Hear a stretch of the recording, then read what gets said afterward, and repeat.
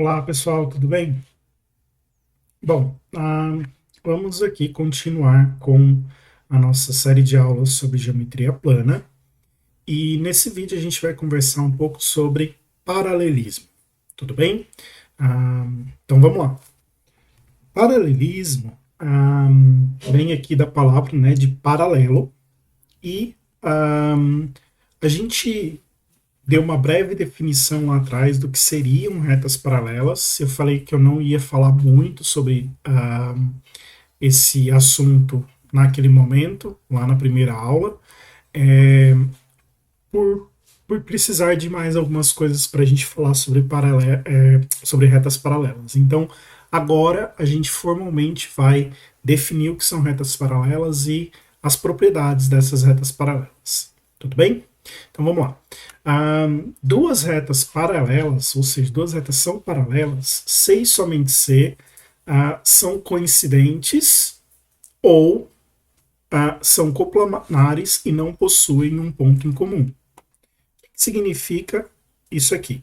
Então, as duas retas, por exemplo, A e B,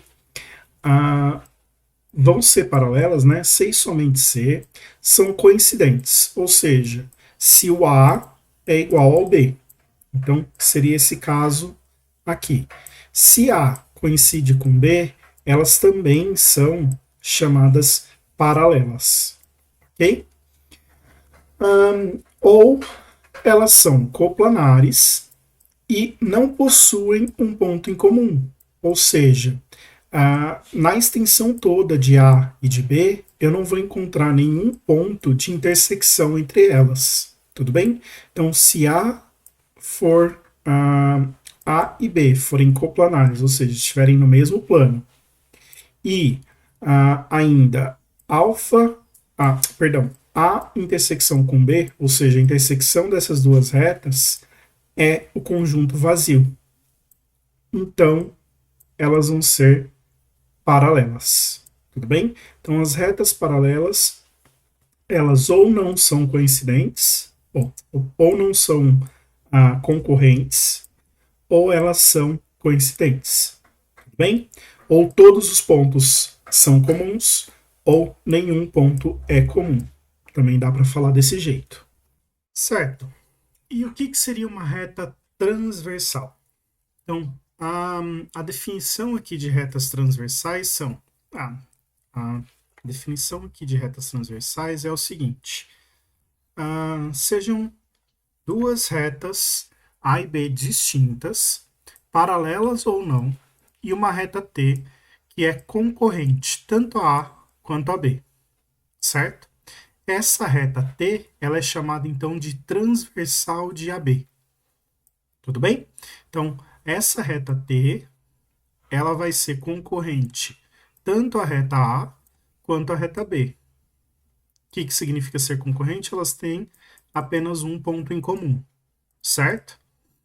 Então, tanto faz se as retas são concorrentes, a A e a B, certo? Então, elas se tocariam num ponto aqui na frente, ou se elas são paralelas, a reta T ela vai ser chamada de transversal de A e B, com certeza. Bom, esses ângulos que são formados aqui entre a transversal, entre a transversal e as duas retas, né? Esses ângulos que vão ser formados aqui, que eu dei o nome de 1, 2, 3, 4, 5, 6, 7, 8, eles vão receber nomes também, tudo bem? Se eu olhar aqui, eu vou ter regiões que eu vou considerar. A região que está aqui entre as duas retas, né, tanto nessa situação quanto na situação de retas concorrentes, quanto na situação de retas paralelas, essa região entre as duas retas eu vou chamar de interno. Então, tudo que tiver aqui dentro eu chamo de interno. E essa região de fora, junto com essa outra aqui de baixo, eu vou chamar de externo. Ok? E aí, se eu olhar para o conjunto de pontos, de ângulos, perdão, que estão no externo, na parte externa, eu vejo que os ângulos externos são os ângulos 1, 2, 7 e 8, certo? E os ângulos da parte interna, os internos, eu vou chamar de, eu vou ver que são o 3, o 4, o 5 e o 6, certo? E 6. Tudo bem? E aí, olhando só para os externos, eu vou olhar aqui para um negócio chamado ângulos alternos. O que significa ângulos alternos? São que estão em lados alternados. Lados alternados de quem? Da reta transversal, da reta T. Tudo bem? Então eles vão ser alternos aqui com relação, sempre com relação a reta transversal. Tudo bem? Então, ângulos alternos internos, vamos pegar aqui de azulzinho, ângulos alternos internos são os ângulos aqui dentro do conjunto dos internos, que são alternos, certo? São alternados por essa reta transversal. Então, os alternos internos são o ângulo 4, o par, né, de ângulo 4 com o ângulo 6. Percebam que o 4 com o 6, eles estão em lados opostos aqui da reta transversal e eles são internos às retas. Então, alternos internos aqui, a gente vai ter 4 e 6, é um par de ângulos alternos internos, e outro par de ângulos alternos internos são esses dois ângulos aqui, ó, o 3 e o 5, certo? 3 e 5 também são alternos internos, ok? Seguindo a mesma lógica, se eu olhar agora para os externos, certo? Os ângulos alternos externos, eu vou olhar para esse conjunto aqui, certo? E vou ver quem são os alternos com relação à reta T. Então, o 1 vai ser alterno externo com o 7. 1 e 7 são alternos externos. Quem mais são alternos externos? O 8 com o 2, certo? O 2 e o 8 também são alternos externos, ok? Ângulos correspondentes. Ângulos correspondentes. São ângulos que vão se corresponder com relação ao desenho de 1, 2, 3, 4 aqui. E 5, 6, 7, 8. Então, se eu vou ter que colocar, eu vou ter que ver que eles são que eles estão dentro que eles estão do mesmo lado, perdão, da reta T, certo? E eles são externos, na verdade eles são um par de ângulos em que um vai ser externo, outro vai ser interno, e eles estão do mesmo lado da reta T e do mesmo lado, entre aspas, aqui das retas A e B. Então, basicamente Se eles estão aqui do lado direito da reta T e para cima do ângulo alfa, da reta A e da reta B, então o 2 e o 6 são correspondentes, certo? Então eles têm que estar do mesmo lado da reta T e na mesma posição relativa com relação às retas. Então o 2 e o 6 são ângulos correspondentes. Vou fazer de verde aqui, ó. 2 e 6 são correspondentes. Que outro par que pode ser correspondente? Eles estão, o 1 e o 5, eles estão do lado de cá da reta T e na parte de cima da reta A e da reta B. Então, o 1 e o 5, 1 e 5 são correspondentes. Que outro par que eu posso ter?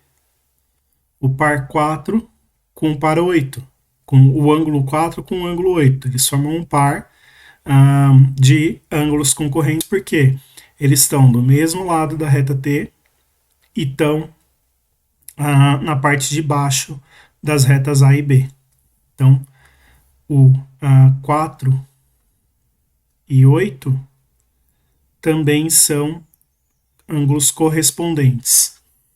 E por último, se eu olhar aqui para o 3 e o 7, eles estão do mesmo lado da reta T e na parte de baixo das retas A e B. Então, eles também são chamados de ângulos correspondentes, certo? Sempre que eu vou falar de ângulos aqui, eu vou pegar sempre um parzinho de ângulos. Tá. E os ângulos colaterais, quem são? Da mesma forma que eu tinha aqui os ângulos alternos, os ângulos colaterais eu vou falar com relação à mesma reta transversal aqui, certo? Então, os colaterais internos são os que estão aqui dentro e que estão do mesmo lado da reta T. Então, 3 e o 6 e o 4 e o 5, certo? Então, 3 e 6 são colaterais internos. O 4 e o 5 também são colaterais internos, ok?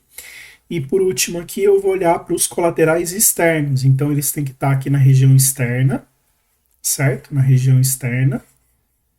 E que estão no mesmo lado da reta T. Então o 2 com o 7 vão ser colaterais externos. E o 1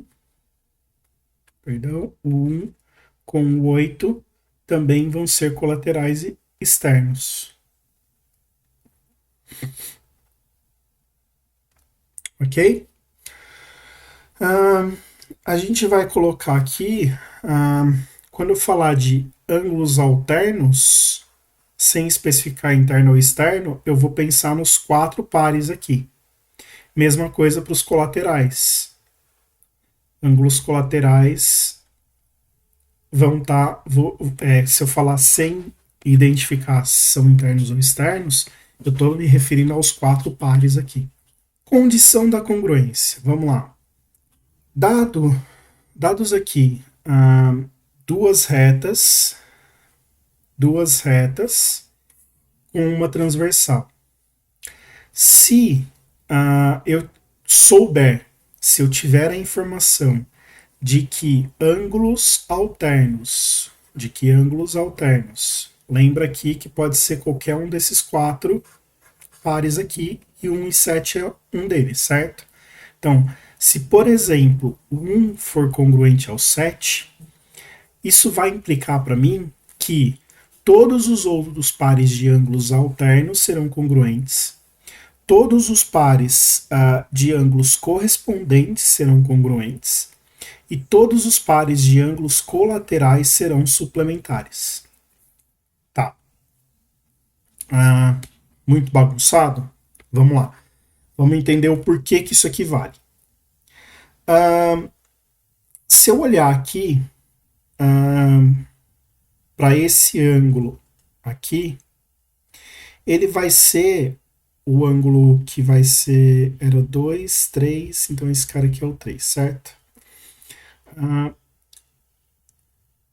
O ângulo 1 com o 3, ele é oposto pelo vértice, certo? Então, 1 e 3 são OPV. Se eles são OPV, eles são congruentes. Então, 1 é congruente ao 3, correto? Então, eu posso falar que esse ângulo é congruente a este ângulo. Mesma coisa se eu olhar aqui nessa intersecção de baixo. O ângulo 5 vai ser congruente ao ângulo 7. Por quê? Porque eles também são OPV. Então, 5 e 7, vou fazer de branco. 5 e 7 são OPV. Então, o 5 é congruente ao 7, certo? Muito bem.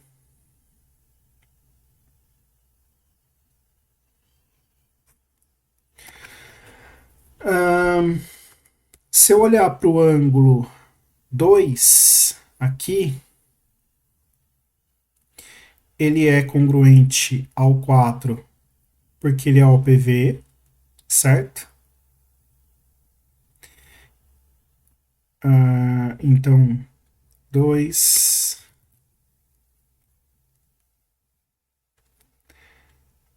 e 4 são opostos pelo vértice, portanto, são congruentes.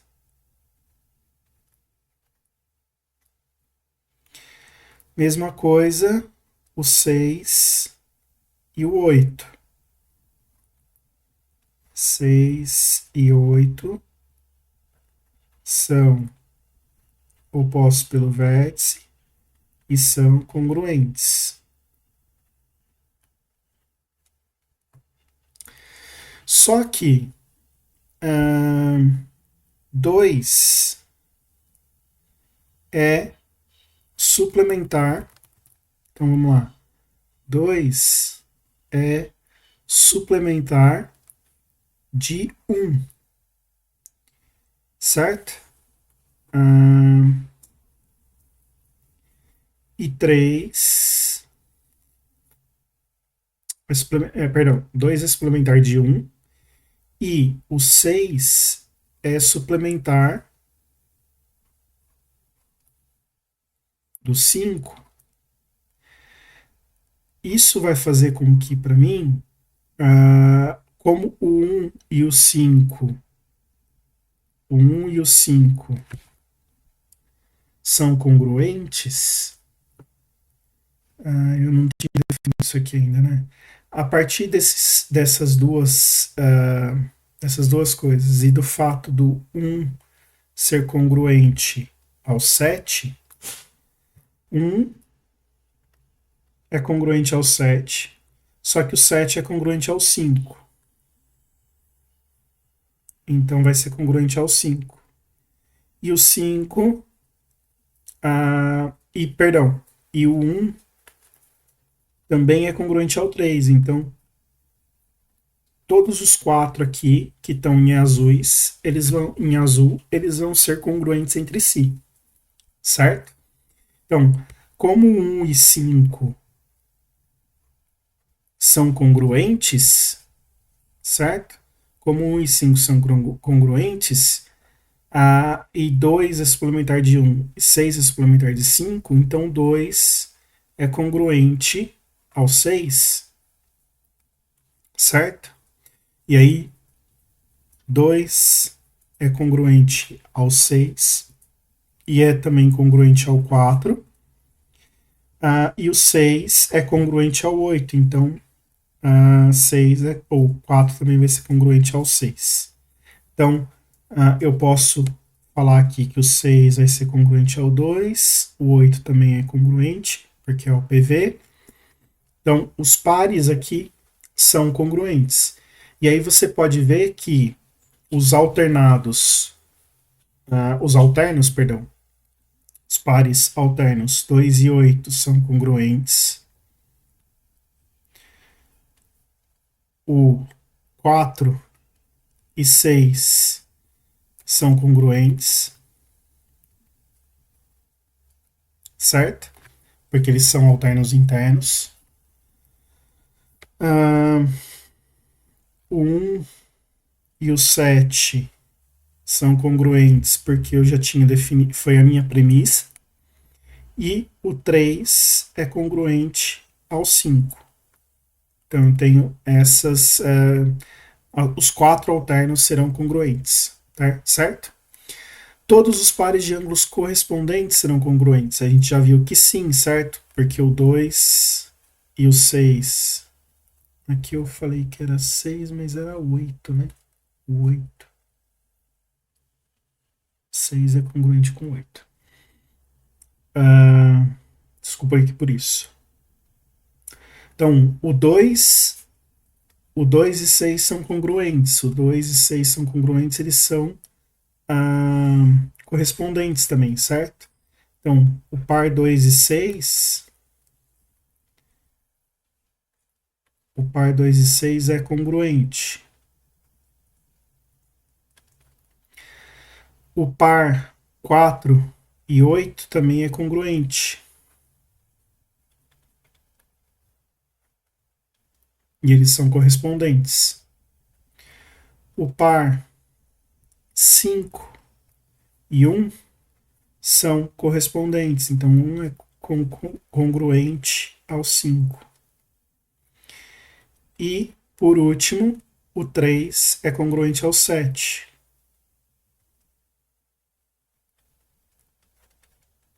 Então, partindo dessa premissa de que 1 é congruente ao 7, certo? Eu tenho que todos os pares de correspondentes também vão ser congruentes. E os ângulos colaterais, eles serão suplementares. Ou seja, o 1 vai ser suplementar do 8. Isso é válido porque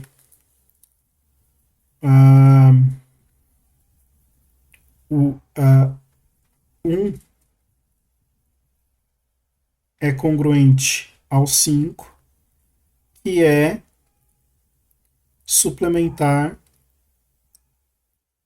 ao 8, certo? 1 é congruente ao 5, que a gente viu aqui. E o 5 é suplementar do 8. Então, o 1 é suplementar ao 8. Mesma coisa, eu vou seguir para a lógica de todos os outros aqui. Então, o 2 e o 6 são congruentes. Se eles são congruentes, o 7 é suplementar do 2.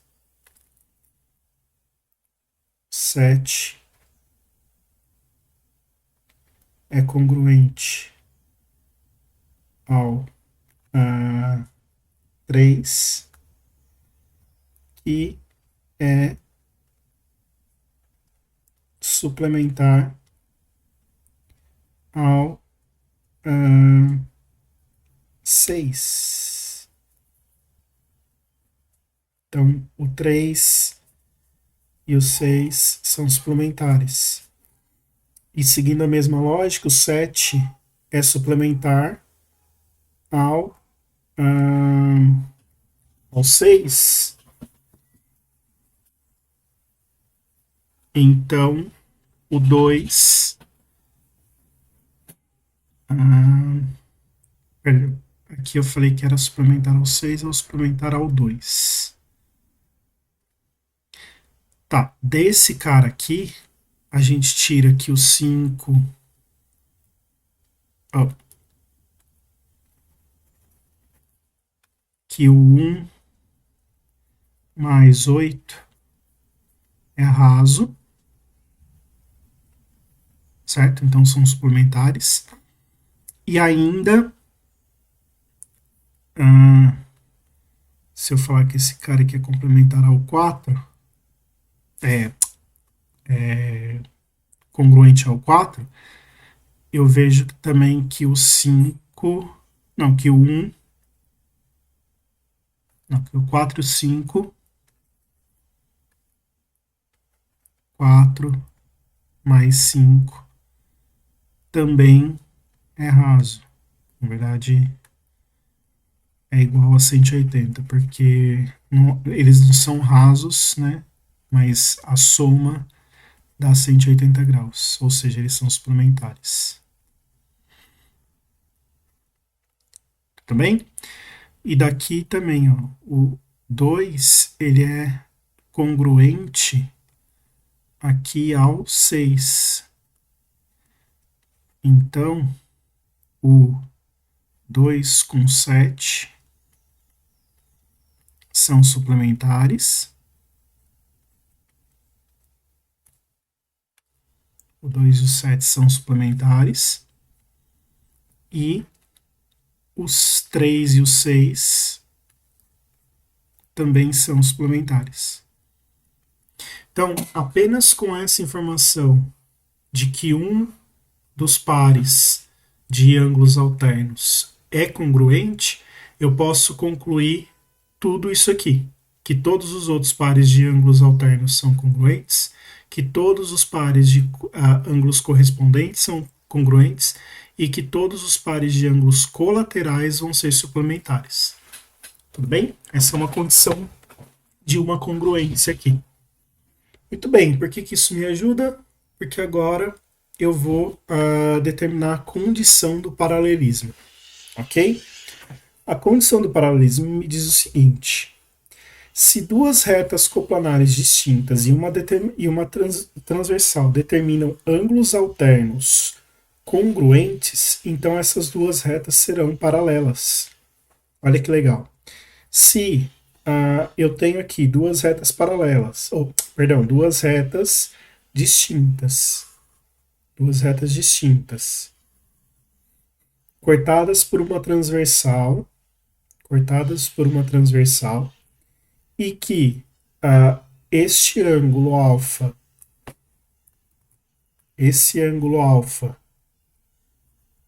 é congruente ao ângulo beta. Se eu tenho essa condição, então A e B são paralelos, certo? É o que está escrito aqui. Se o A for congruente ao B, o alfa for congruente ao beta, o AB é paralelo. A e B são paralelos. Como que eu provo isso? Eu vou provar por negação. Então, a minha tese aqui, ela me diz que A e B são paralelos. Mas e se não fossem? O que aconteceria? Se A e B não fossem paralelos, a gente teria um ponto P, certo? Ou para esse lado, ou para o outro lado, de tal forma que esse ponto P é a intersecção entre A e B, certo? Se elas não são paralelas, elas são coincidentes. E se elas são coincidentes, elas se interceptam num único ponto P.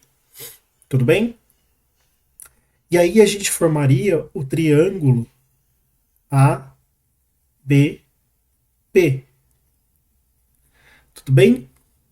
Só que no triângulo ABP, nesse primeiro caso, em o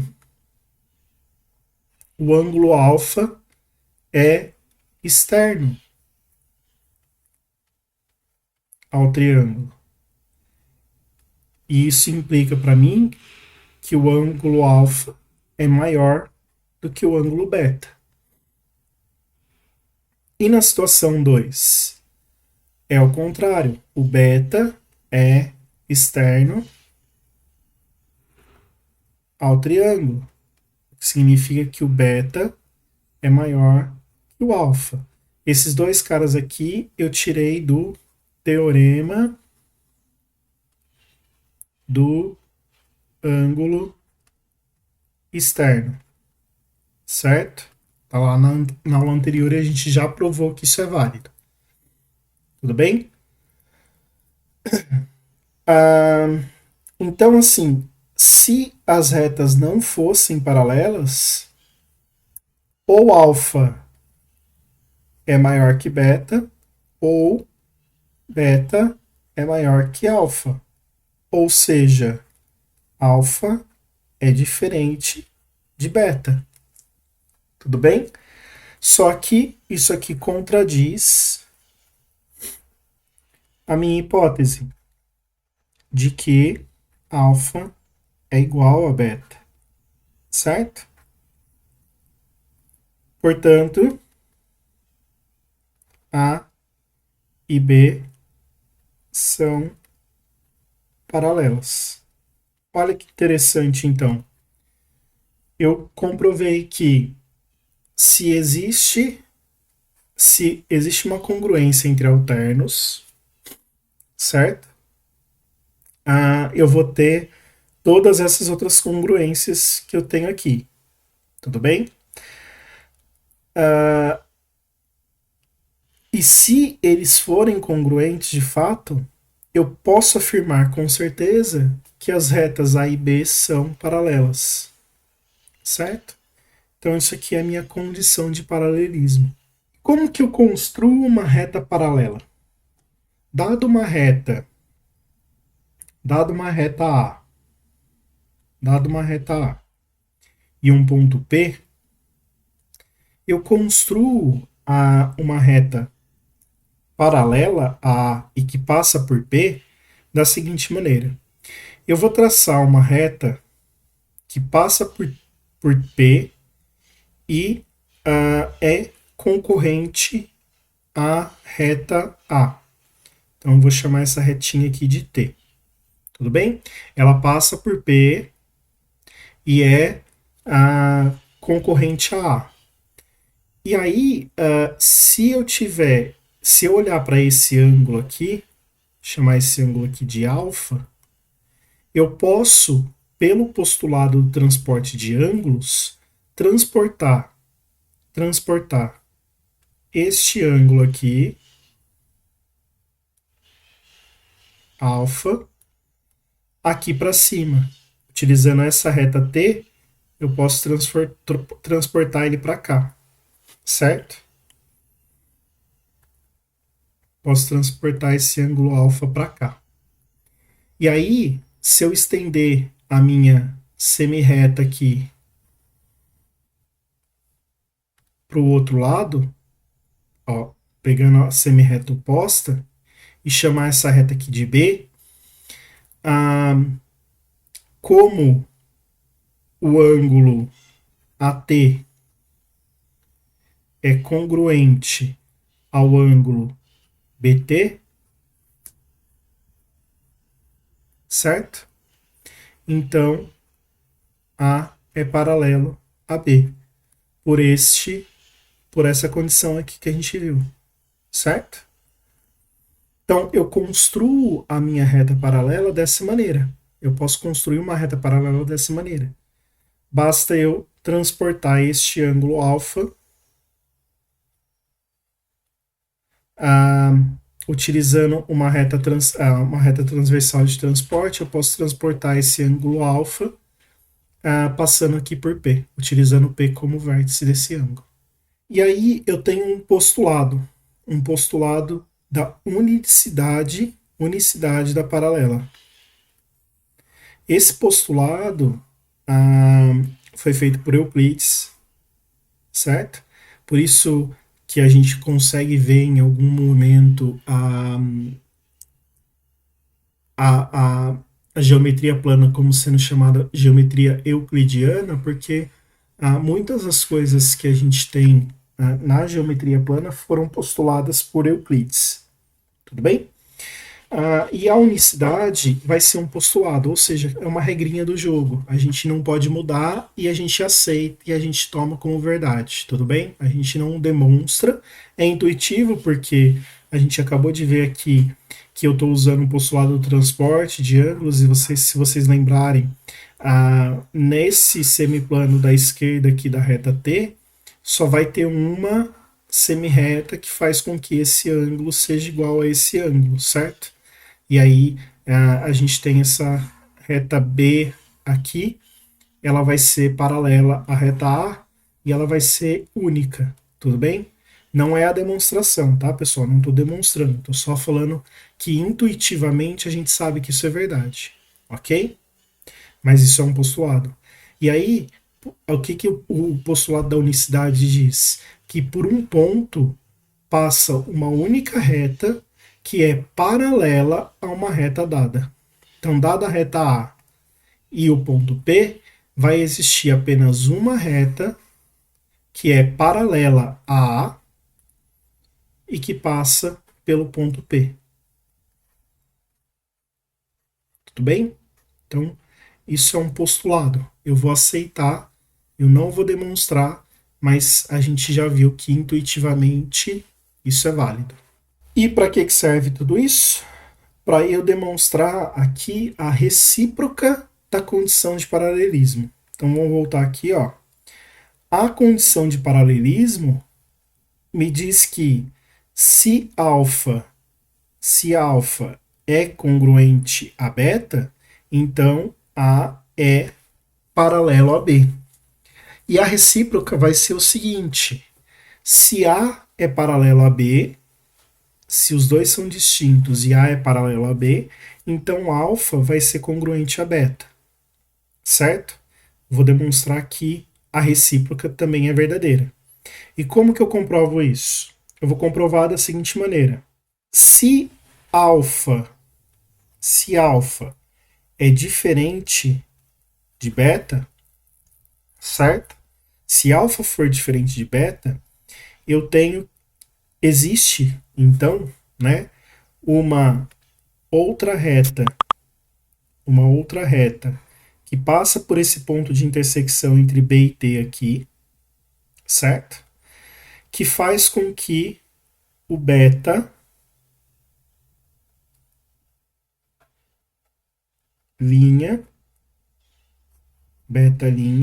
seja congruente ao alfa. Só que se beta linha é congruente a alfa, isso faz com que, se a gente chamar essa reta aqui de x, a reta x é paralela à reta A. Só que a gente sabe que A não é congruente, é paralela. Só que a gente sabe que a reta A já é paralela à reta B. E pelo postulado da unicidade da paralela, isso é um absurdo. Isso aqui é um absurdo. Pois, por esse ponto P por P, só existe uma reta paralela à reta A. Certo? Então, a gente não pode considerar que alfa é diferente de beta. Isso aqui leva ao absurdo. E, portanto, alfa é igual ou congruente a beta. Bem, pessoal, para finalizar aqui, a gente vai ver a condição necessária e suficiente para que a gente tenha retas paralelas. O que seria uma condição necessária e suficiente? Condição necessária e suficiente. Basicamente, uma condição necessária é aquilo que precisa acontecer para que uma outra coisa aconteça, certo? Não necessariamente é a única condição, mas é uma condição que precisa acontecer. E uma condição suficiente é uma condição que, se ela acontece, a outra condição vai acontecer. Tudo bem? Então, é garantia de que vai acontecer caso aconteça. Na verdade, caso aconteça, a gente garante que a outra coisa acontece. Basicamente, a condição necessária é, por exemplo, para que eu. É necessário que eu tenha uma habilitação para poder dirigir. Mas não necessariamente se eu tiver uma habilitação eu posso dirigir. Eu vou dirigir. Eu posso dirigir, mas eu não necessariamente vou dirigir. Eu posso não ter um carro e aí eu não vou dirigir, certo? Agora, uma condição suficiente é, por exemplo, se eu for aprovado no vestibular, é suficiente, eu ser aprovado no vestibular é suficiente para que eu ingresse em uma universidade. Mas não é a única condição que garante isso. Poderia ter outra condição, por exemplo, eu passar no Enem ou eu ter uma cota. Não é necessariamente suficiente, é suficiente, mas não é necessariamente necessário que seja só dessa maneira. Uma condição que é necessária e suficiente é uma condição que precisa acontecer e se acontecer me garante que a outra coisa vai acontecer. E aí a gente traduz condição necessária e suficiente para esse símbolozinho aqui de ser e somente ser. Então, uma condição necessária e suficiente para que duas retas distintas sejam paralelas é que elas formam com uma transversal ângulos alternos ou ângulos correspondentes congruentes, certo? Então, um par de ângulos alternos congruentes é congruente se e somente se as retas são paralelas. E como que a gente pode garantir isso daqui? Porque a gente tem a condição do paralelismo, que me diz que se os ângulos são iguais, então as retas são paralelas, e a recíproca. Se as retas são paralelas, então os ângulos são iguais. Então eu posso garantir que os ângulos são congruentes se e somente se as retas são paralelas. Ok? Com isso a gente vai encerrar essa aula, ok? A próxima aula a gente vai ver um pouco das implicações que o paralelismo me traz. Então, a gente vai ver um punhado de teoremas que decorrem dessa condição necessária e suficiente aqui, certo? Do paralelismo. E aí a gente dá continuidade com os assuntos aqui da geometria plana. Então, na próxima aula, a gente vai ver quais são as consequências do paralelismo, tá bom? Pra gente aqui na geometria. Tudo bem? Muito obrigado por assistir até aqui e até a próxima aula.